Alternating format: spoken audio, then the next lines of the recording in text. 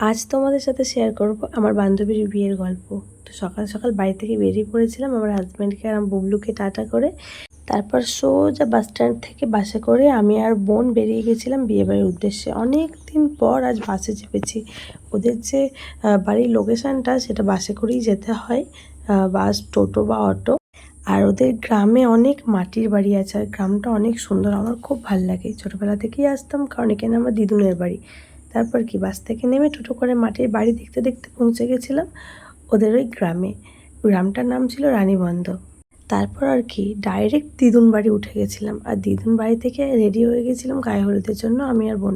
তারপর ঈশাদের বাড়ির উদ্দেশ্যে রওনা হয়ে গেছিলাম। এই যে দেখা যাচ্ছে প্যান্ডেল, আর পাশে একটা পুকুর ছিল, খুব সুন্দর পুকুরটার প্যান্ডেলের ডেকোরেশনগুলো খুব সুন্দর হয়েছিল।